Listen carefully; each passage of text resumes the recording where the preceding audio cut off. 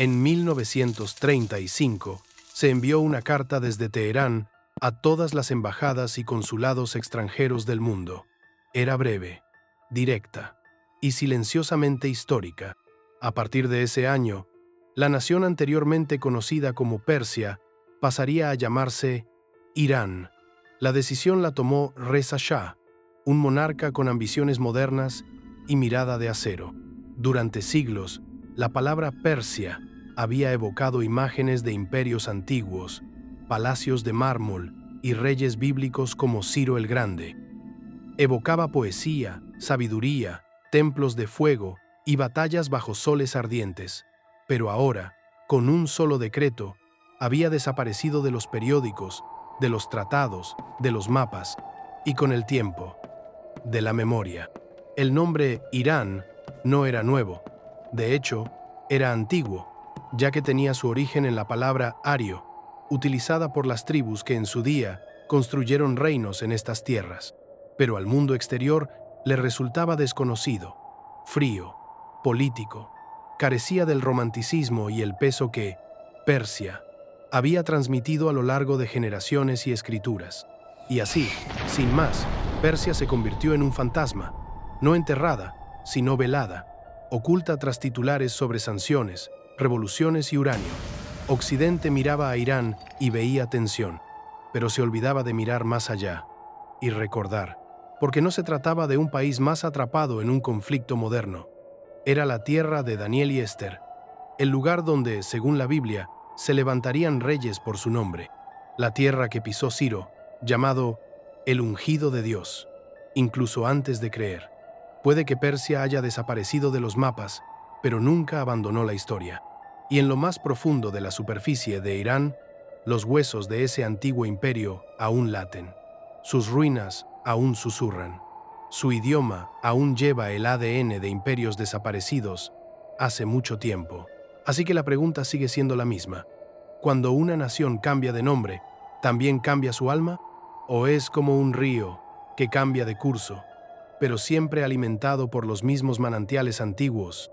Esta es la historia de Persia, la que no desapareció, solo se ocultó en las sombras.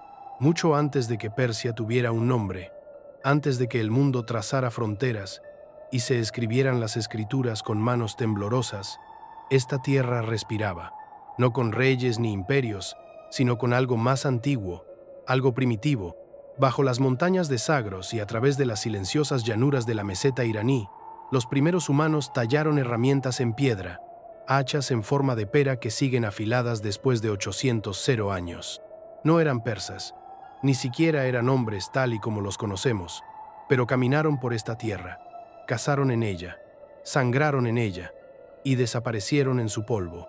Hacia el 50 AC, los neandertales se desplazaban por las cuevas cercanas a Kermanshah, dejando tras de sí restos de fuego y huesos. Luego llegaron los cromañones, los primeros humanos modernos, los antepasados de los pueblos que un día se llamarían arios.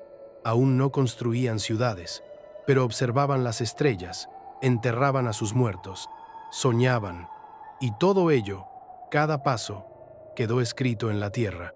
Cuando los grandes ríos de Mesopotamia comenzaron a dar forma a la civilización, Persia no se quedó atrás. De hecho, algunas de sus ciudades eran más antiguas. Las ruinas de Sialk, silenciosas, blanqueadas por el sol y medio devoradas por el desierto, se remontan al cuarto milenio AC. La cultura Geruft esculpió dioses en arcilla antes de que Egipto tuviera una sola pirámide. Incluso sus zigurats, construidos con ladrillos hechos a mano, son anteriores a Babilonia, pero ninguna gran crónica cantó sus alabanzas. Ningún libro de historia mundial los situó junto al Nilo o al río Amarillo. Las raíces de Persia eran demasiado silenciosas, demasiado enterradas, demasiado incómodas, y sin embargo, las pruebas nunca dejaron de hablar. Los arqueólogos desenterraron cerámicas esmaltadas en turquesa, enterradas bajo capas de polvo y tiempo, asentamientos enteros, dispuestos con una planificación geométrica, vasijas que aún conservaban restos de cereales antiguos, y en cada ruina resonaba la misma pregunta: ¿por qué se olvidó esta cuna?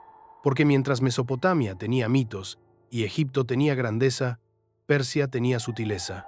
Creció en silencio, floreció en la sombra, pero la historia siempre estuvo ahí, esperando a ser contada. Antes de ser Persia, era algo más profundo, algo más antiguo que el lenguaje, una tierra de fuego y piedra, acechada por bestias, perseguida por los recuerdos.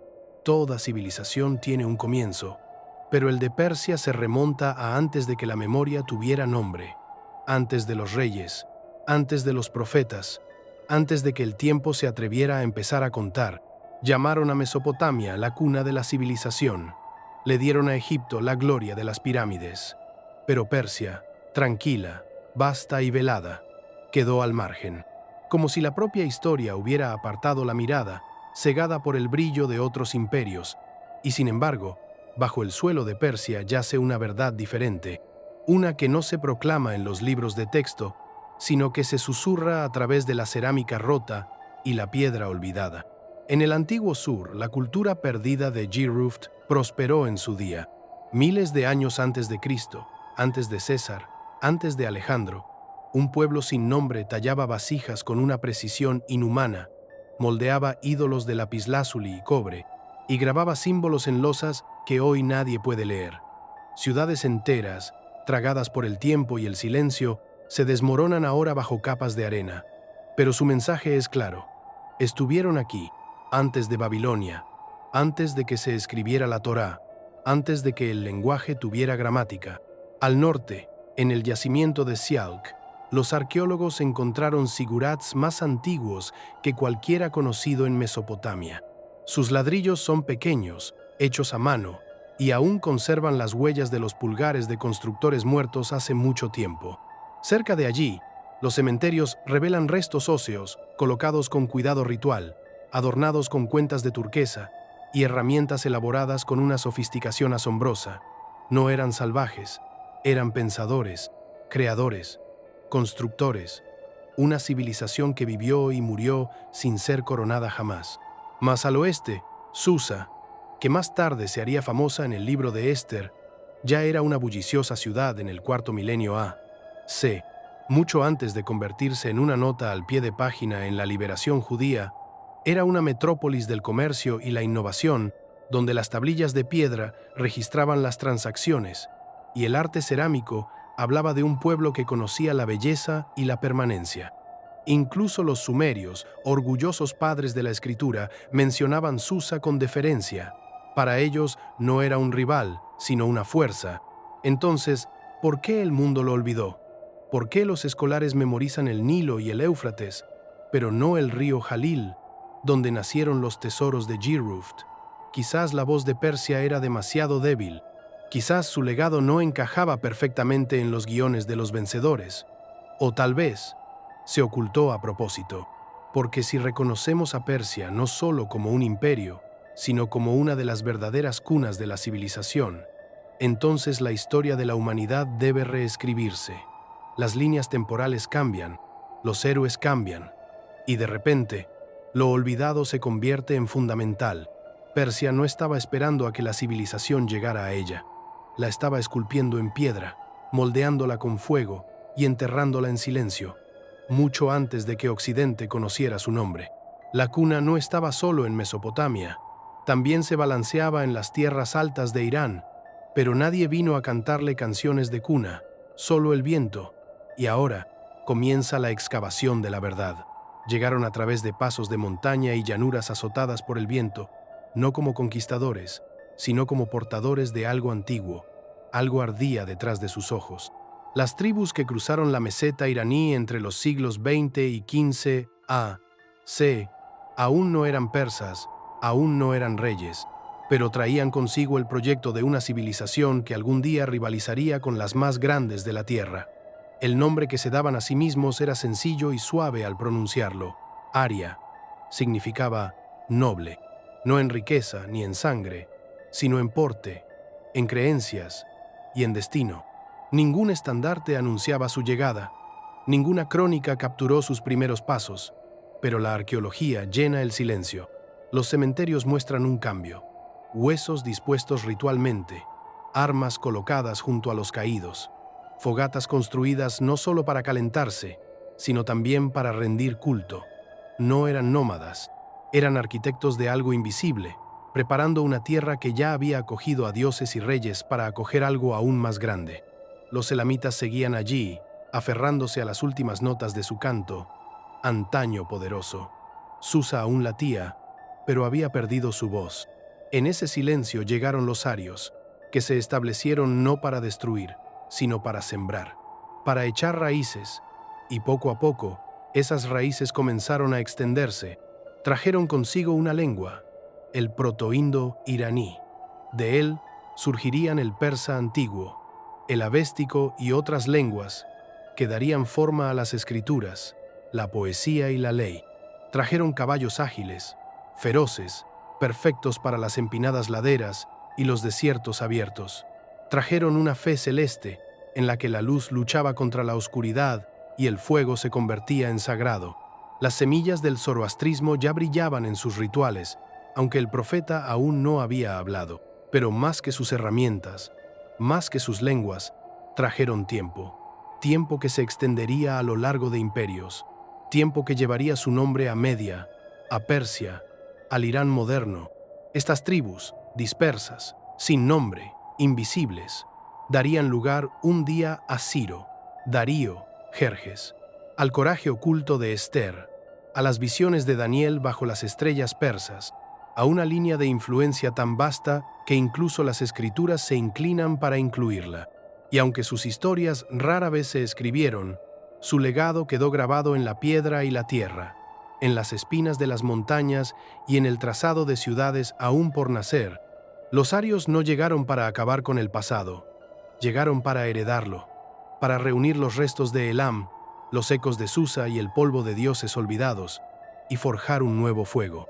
Esta fue la llegada antes del imperio, el preludio de la profecía, sin trompetas, sin tronos, solo pasos y llamas. Ya no eran solo tribus, ya no eran nómadas aferrados al fuego y a los recuerdos. En el siglo VII a.C., los arios habían construido algo más grande, algo con estructura, visión y poder. Lo llamaron Media. Surgió en las tierras altas del noroeste, donde el viento azotaba como una profecía y las montañas guardaban secretos en sus piedras. Los medos, descendientes de la migración aria, eran ahora un pueblo con estandartes, ejércitos y un trono. Sus reyes se hacían llamar Shah-Han-Shah, rey de reyes. No era arrogancia, era arquitectura, un sistema en el que los gobernantes locales se inclinaban ante una corona superior, donde el orden se extendía a través de valles y desiertos. Y aunque el imperio asirio había parecido inmortal en otros tiempos, su reinado comenzó a tambalearse cuando los medos se aliaron con los babilonios. En una tormenta de sangre y asedio, ocurrió lo impensable. Nínive cayó. El león de Mesopotamia fue puesto de rodillas. El mundo cambió. La Biblia lo registra débilmente, como un susurro detrás de la cortina. Nahum profetizó la caída. Jeremías la lamentó, y en algún lugar entre las líneas del juicio y el exilio aparece el nombre de Media, no como una amenaza, sino como una herramienta en manos de lo divino. Los medos, al parecer, no eran solo actores de la historia, eran instrumentos de la profecía, pero a pesar de todo su poder, Media nunca estuvo destinada a durar. Era el puente, no el destino. En 2 siglos, sus propios primos los eclipsarían. Los persas, otra tribu aria del sur, comenzaron a surgir, de forma silenciosa pero constante. Irónicamente, no fue la conquista lo que disolvió Media, sino la familia. Ciro el Grande, hijo de un padre persa y una princesa meda, unió los linajes. El trono de los medos no cayó en la guerra, fue absorbido por el parentesco. Aún así, la influencia de Media perduró. Los historiadores griegos solían utilizar indistintamente los términos medo y persa, incapaces de distinguirlos en la batalla o en la corte. Para ellos, todo el poder oriental llevaba la marca de los medos, y quizá tenían razón. Media había sentado las bases políticas, espirituales y proféticas. Había demostrado al mundo que los reyes arios podían construir algo más que campamentos y cultos. Podían construir imperios. Lo que Elam comenzó, Media lo perfeccionó.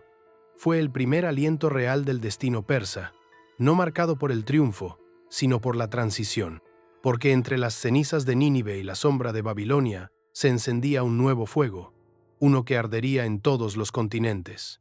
Media no fue el final de la historia, fue el comienzo de algo mucho más grande, un trono que un día se extendería desde el Nilo hasta el Indo.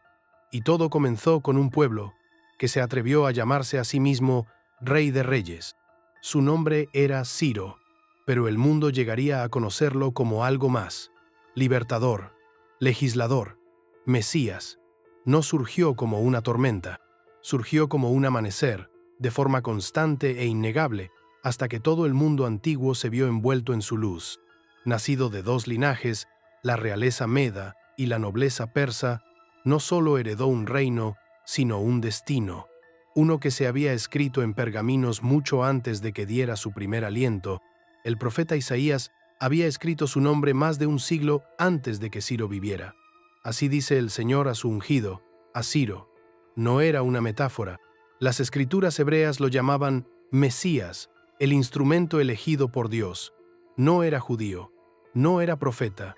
Era un rey pagano cuyo corazón ardía por la justicia. Cuando Babilonia cayó ante él en el 539 A.C., no fue solo el colapso de un imperio, fue el cumplimiento del designio divino. Entró en la ciudad sin derramamiento de sangre, sin incendios, sin saqueos, solo silencio y asombro, y luego, libertad. Emitió un decreto que sorprendió al mundo. Los cautivos judíos, exiliados durante décadas, eran libres de volver a casa, libres de reconstruir su templo, libres para adorar a su Dios. Ciro financió su viaje, protegió su regreso y cumplió una profecía más antigua que su corona. Pero su grandeza no se limitó a las escrituras. Construyó el imperio aqueménida, el más grande que el mundo había visto hasta entonces. Desde los desiertos de Egipto hasta las selvas de la India, sus leyes trajeron el orden donde reinaba el caos. Y, a diferencia de los gobernantes que le precedieron, no exigió la sumisión a través del miedo. Gobernó con tolerancia, con política, con visión. Los diferentes pueblos conservaron sus lenguas, sus costumbres, sus dioses, y, por primera vez, imperio no significaba borrado, sino inclusión. Creó la primera Declaración de Derechos Humanos, grabada en cuneiforme en un cilindro de arcilla. Hablaba de dignidad, de elección, del derecho a vivir en paz. No era perfecta, pero era revolucionaria. Mientras otros reyes grababan sus victorias en sangre y piedra, Ciro las grabó en la memoria, el tipo de memoria que perdura. Incluso los griegos, que algún día librarían encarnizadas guerras contra Persia, lo respetaban. Jenofonte alabó su sabiduría. Heródoto registró su leyenda. Y en la historia judía, sigue siendo uno de los únicos no israelitas honrados como instrumento de Dios. Ciro no solo construyó un imperio, sentó un precedente. Demostró que el poder podía servir a un propósito, que la conquista podía ir acompañada de compasión, que la profecía podía llevar una corona. Y así, el hombre que se levantó de las tierras altas de Persia, que llevaba la sangre de los medos en sus venas, se convirtió en algo más que un rey. Se convirtió en el eje sobre el que giró la historia. El primer verdadero Shah de una tierra que cambiaría el mundo. Era Ciro, llamado por Dios, recordado por los hombres, y nunca olvidado por las piedras de Jerusalén. El mundo recuerda las Termópilas, 300 espartanos contra un océano de soldados persas, un paso estrecho, una última resistencia, un mito forjado en bronce y sangre. Pero lo que el mundo olvida, lo que la historia ignora cortésmente, es que por cada batalla que los griegos ganaron en el drama, los persas ganaron en silencio. Después de Ciro, el imperio persa no hizo más que crecer. Darío I lo reorganizó en satrapías, estados gobernados por gobernadores bajo la autoridad real. Construyó carreteras que se extendían más allá de los sueños romanos. Estandarizó la moneda, midió el tiempo y grabó la ley en piedra. Su hijo, Jerjes, llevaría la antorcha del imperio a través del Helesponto, decidido a recordar a los griegos que Persia no era solo un nombre, sino una fuerza. Se enfrentaron en las Termópilas, donde el valor hizo que la historia olvidara la escala. Se encontraron en Salamina, donde los barcos griegos cambiaron el rumbo con hábiles maniobras. Pero para Persia, estas no eran guerras existenciales. Grecia era un rincón del imperio, una molestia, un destello. Incluso en la derrota, Persia no se quemó, se adaptó, resistió, reestrategizó, no con espadas, sino con pergaminos. Cuando Atenas y Esparta se destrozaron mutuamente más tarde, Persia estaba allí, financiando a unos y luego a otros.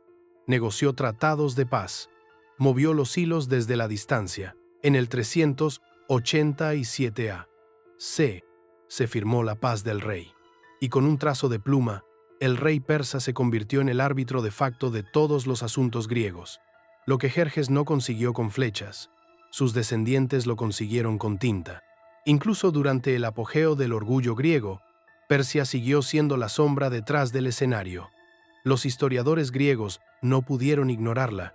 Escribieron sobre la grandeza de Persépolis, la lógica del dominio persa, la extraña belleza de los rituales de fuego zoroástricos. Admiraban incluso mientras temían, y a través de eso, Persia se convirtió en algo más que un imperio.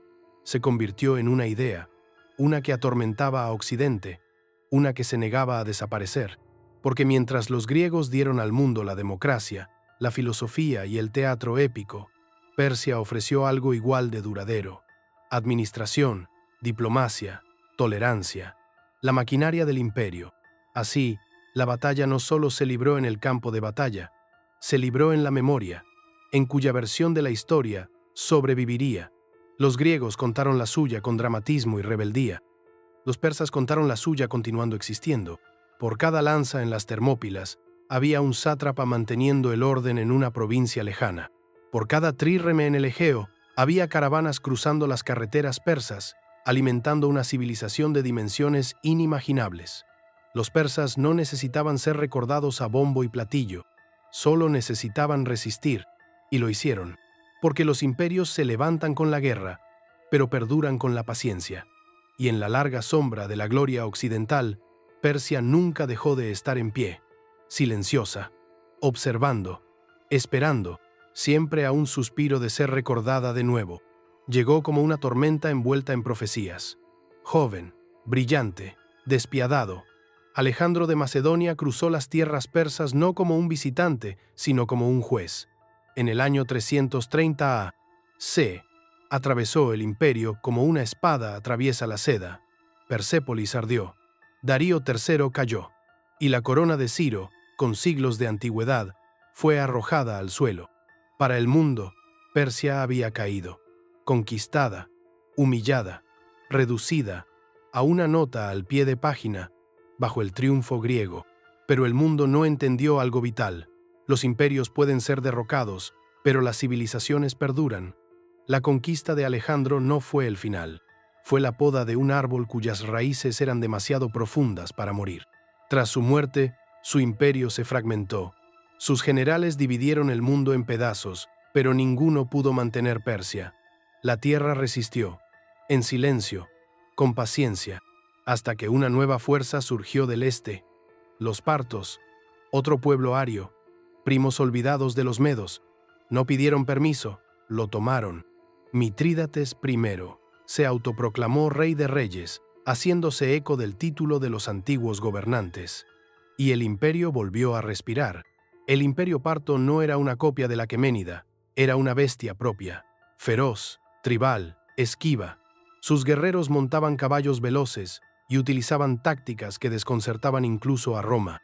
No siempre controlaban las ciudades, pero controlaban las carreteras que las unían. Hicieron retroceder a las legiones, desafiaron a los herederos de César, hicieron sangrar a Roma en desiertos lejanos. Y cuando el mundo pensó que Persia había alcanzado su apogeo, una vez más, se elevó aún más. En el siglo III d.C. surgió una nueva dinastía, los sasánidas, audaces, centralizados, ardiendo con el recuerdo. No solo miraban hacia los partos, sino más allá, hacia Ciro, Darío y los fuegos sagrados que una vez iluminaron los palacios de Persépolis. Los sasánidas no querían sobrevivir, querían la gloria. Bajo su mandato, el zoroastrismo se convirtió en la religión oficial. Los templos del fuego salpicaban el territorio como estrellas en la tierra.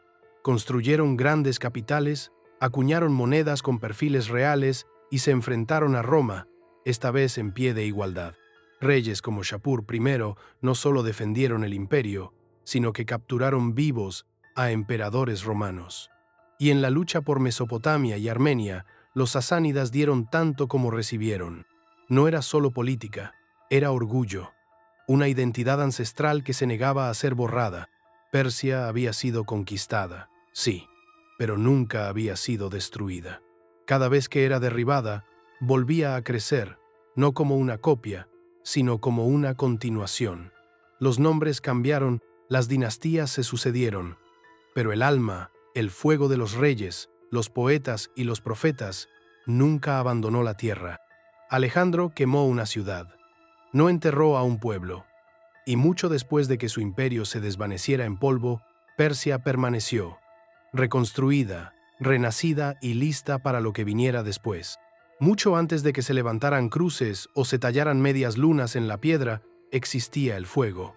No para quemar, sino para creer. Bailaba en los templos, parpadeaba en silencio y extendía sus dedos hacia el cielo como una pregunta hecha de luz. Eso era el zoroastrismo, la fe de la llama. Y en su corazón se encontraba un profeta cuyo nombre aún resuena en la eternidad. Zoroastro. Nadie sabe exactamente cuándo vivió. Algunos dicen que en el 1200 a.C., otros que antes. Pero lo importante no era la fecha, sino la visión. Zoroastro hablaba de un solo Dios, Ahura Mazda, sabio, eterno y bueno, no de muchos dioses. No había ídolos de madera o piedra, solo una fuerza divina, enfrascada en una batalla eterna contra la oscuridad, la verdad contra la mentira, la luz contra la sombra. Era una fe con forma de espada, limpia y afilada, y se encendió. Cuando los sasánidas gobernaban Persia, el zoroastrismo ya no era una creencia minoritaria, era ley, identidad, nación. El imperio no solo lo toleraba, lo respiraba. Los templos del fuego se alzaban en las ciudades y en las cimas de las montañas. Los sacerdotes custodiaban las llamas sagradas que nunca se habían extinguido. Las ceremonias eran solemnes, exactas. Cada gesto tenía un significado. Cada chispa era sagrada. Mientras Roma alimentaba sus arenas con sangre y bautizaba a sus emperadores en la guerra, Persia ofrecía un tipo diferente de reverencia. Su fe no exigía la conquista, exigía claridad. La claridad para elegir el bien sobre el mal, decir la verdad, vivir con las manos limpias y la lengua sincera. No era solo una religión de culto, sino de decisión, y en eso sentó las bases de algo mucho más grande que ella misma, porque el zoroastrismo no se quedó dentro de las fronteras de Persia. Sus huellas se encuentran en el judaísmo, el cristianismo y el islam, los conceptos del cielo y el infierno, los ángeles y los demonios, el día del juicio final y un salvador definitivo. Las ideas que Occidente considera bíblicas pasaron primero por el fuego persa. No sustituyeron las enseñanzas de Zoroastro, sino que se hicieron eco de ellas. Incluso los reyes magos, que siguieron una estrella hasta Belén, procedían, según algunas tradiciones, de Oriente, de Persia. Magos, adoradores del fuego, sacerdotes de Zoroastro, portadores de regalos y conocimientos ancestrales. Pero, como todos los fuegos, el zoroastrismo acabó por extinguirse. Llegaron conquistadores con nuevas creencias y llamas diferentes. Los templos fueron saqueados, las oraciones silenciadas. Sin embargo, incluso ahora, el fuego no se ha apagado. En pueblos de Irán y la India, los zoroastrianos lo mantienen vivo, cuidado por manos temblorosas, transmitido de un corazón a otro, un linaje de llamas que ha sobrevivido a imperios. Porque no era solo una religión, era el alma de Persia, una fe en la luz en un mundo demasiado a menudo consumido por las sombras. Y mientras Roma se derrumbaba, mientras los ídolos se resquebrajaban y los dioses callaban, el fuego seguía ardiendo, silencioso, desafiante, eterno. La luz que hizo de Persia algo más que un imperio, la hizo sagrada. Los templos de fuego titilaban mientras el sonido de lenguas desconocidas llegaba desde el oeste. No era solo un ejército el que cruzaba las fronteras de Persia, era una revelación envuelta en acero y escrituras. En el siglo VII, el Islam no llegó con debates, sino con polvo y sangre. La conquista árabe arrasó el desmoronado imperio sasánida como una tormenta divina. Las ciudades cayeron, las dinastías se derrumbaron, y los sacerdotes zoroástricos, que antes eran guardianes de la llama, se convirtieron en refugiados en su propia tierra. Bagdad surgió de las arenas como una nueva Meca de la mente.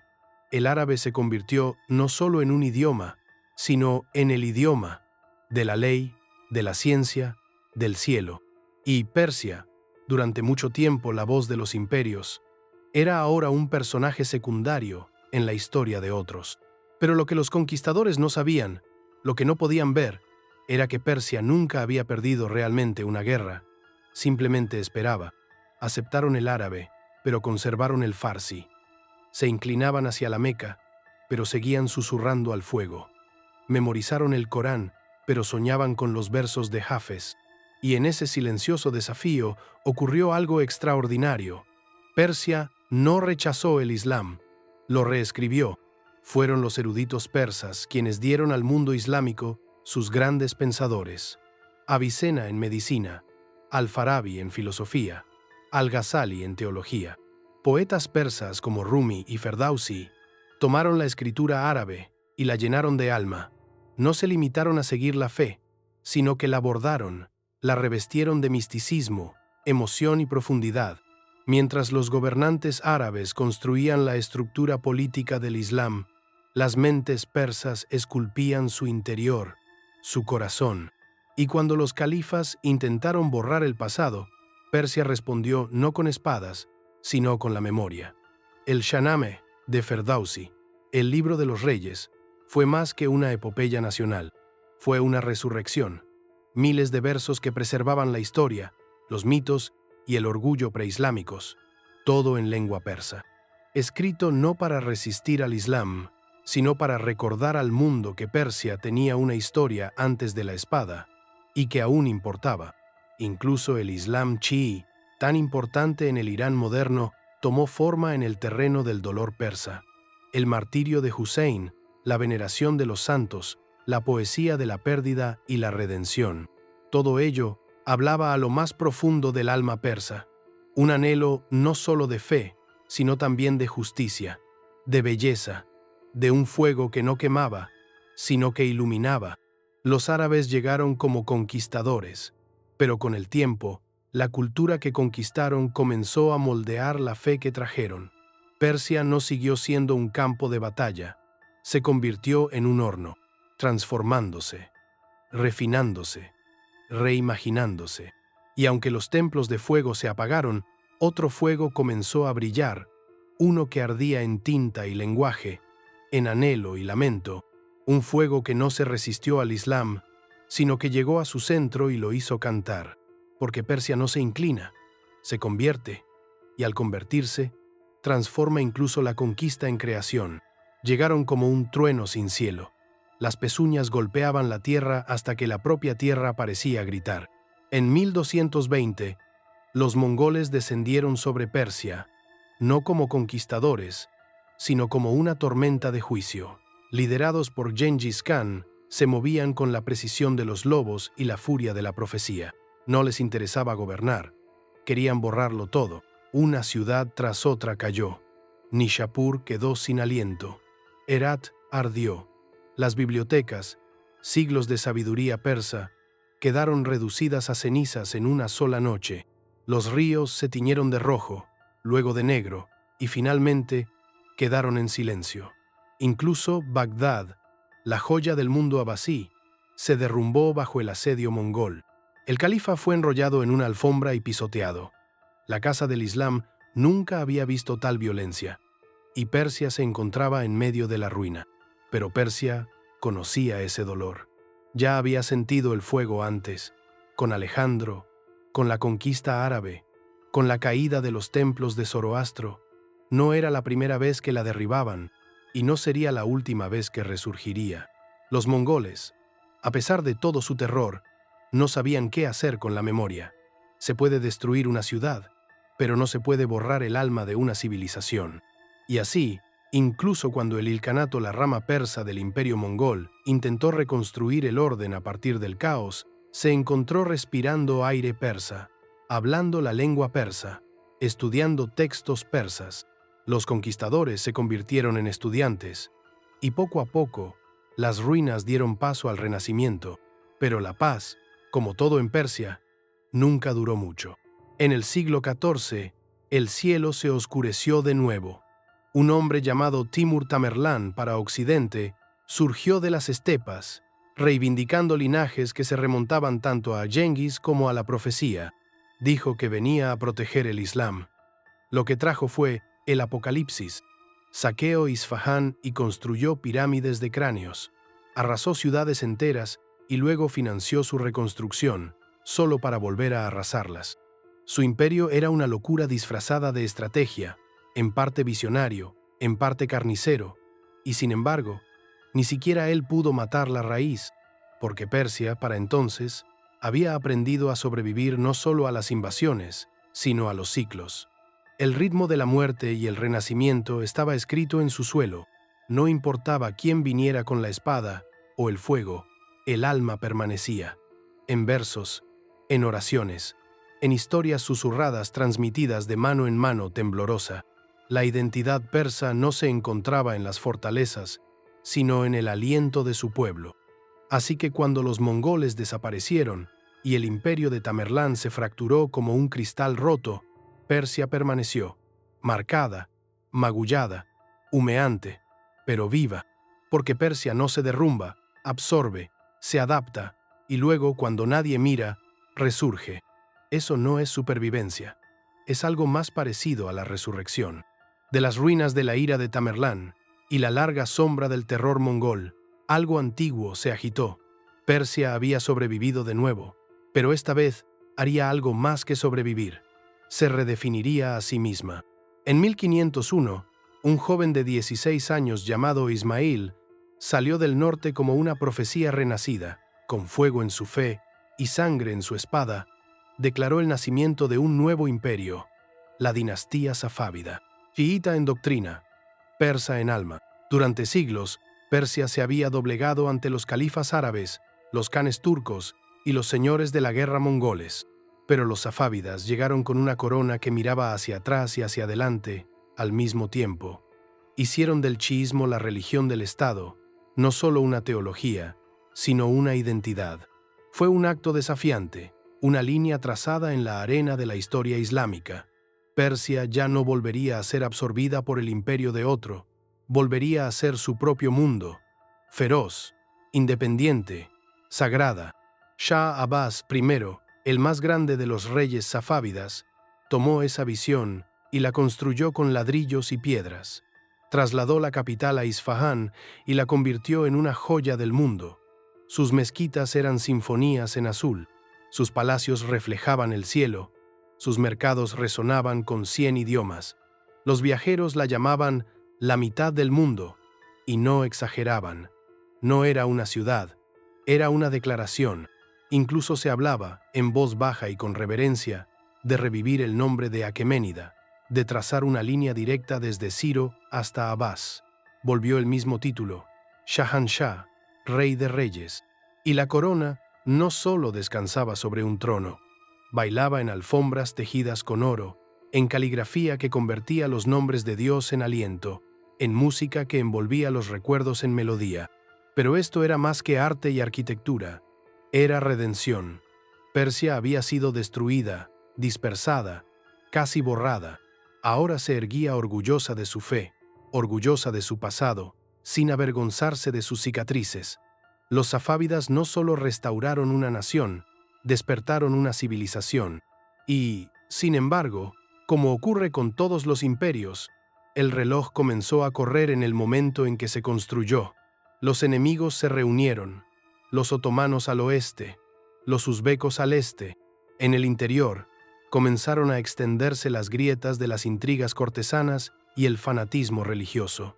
El fuego que forjó a los safávidas acabaría consumiéndolos con el tiempo, pero en ese momento dorado, cuando Shah Abbas atravesó los resplandecientes arcos de Isfahán, cuando el Islam chií se erigió sin complejos, cuando Persia gobernaba no a través de la conquista, sino a través de la cultura, parecía que el mundo había dado un giro completo, como si el aliento de Ciro hubiera encontrado un nuevo cuerpo.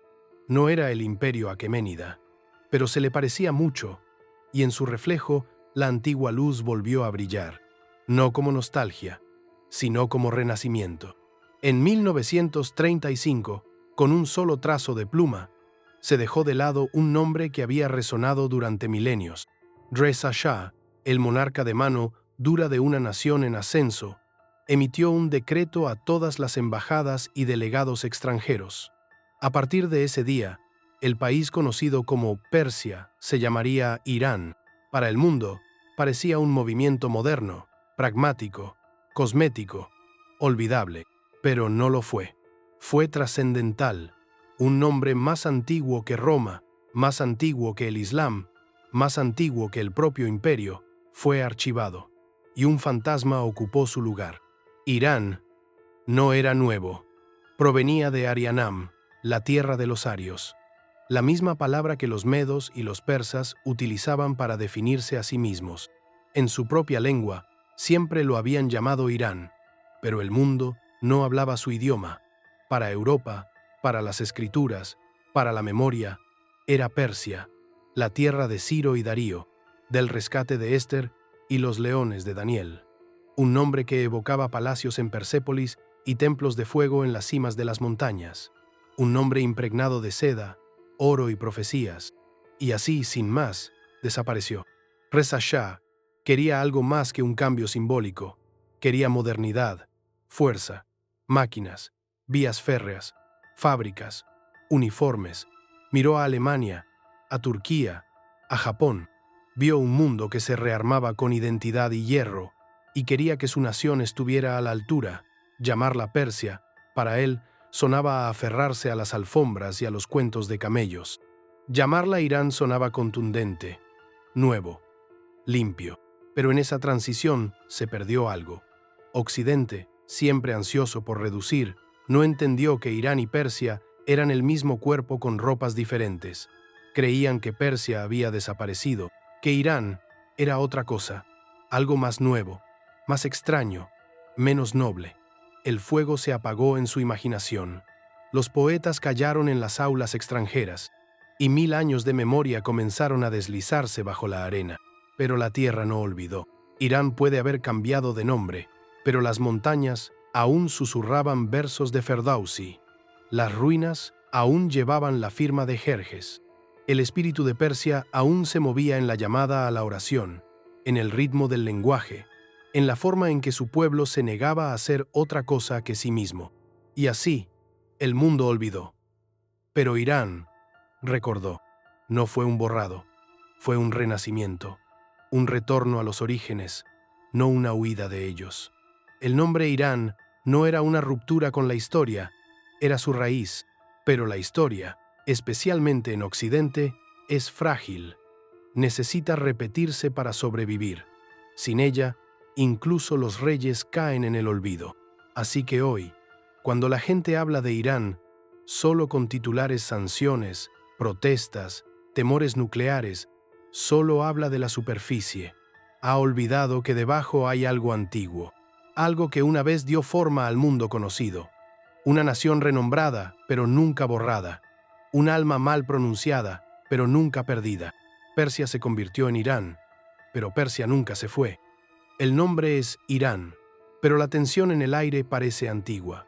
En los titulares se habla de sanciones y misiles. En salas secretas se habla de estrategia y juegos de guerra.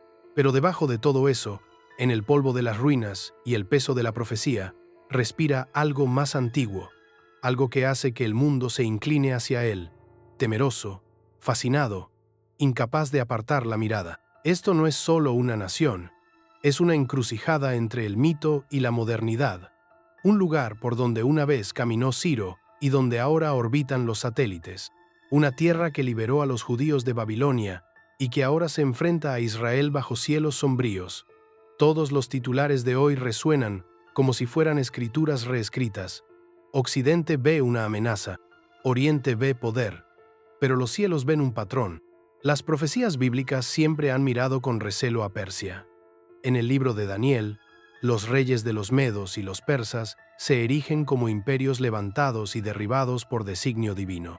Ezequiel nombra a Persia como una de las naciones reunidas en una coalición final contra Israel. El Apocalipsis habla de reyes del este que cruzan cauces secos para enfrentarse al juicio. Los nombres cambian, las fronteras cambian, pero los protagonistas permanecen.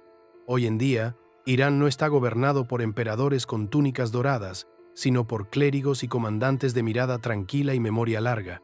Es chiita y desafiante, armado y aislado. Un estado en el que el antiguo fuego de la fe nunca se apagó del todo, solo cambió de lengua. Su capital no es Persépolis, sino Teherán. Sus campos de batalla no son míticos, sino reales.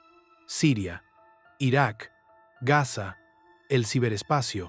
Y, sin embargo, si escuchas con atención, aún puedes oír el murmullo de algo familiar, la poesía, el orgullo, la creencia de que no solo están sobreviviendo a la historia, sino que la están moldeando. La Persia de Ciro dio libertad a los cautivos. El Irán de hoy se aferra a sus propias cadenas ideológicas. Uno trajo justicia, el otro, según muchos, trae terror.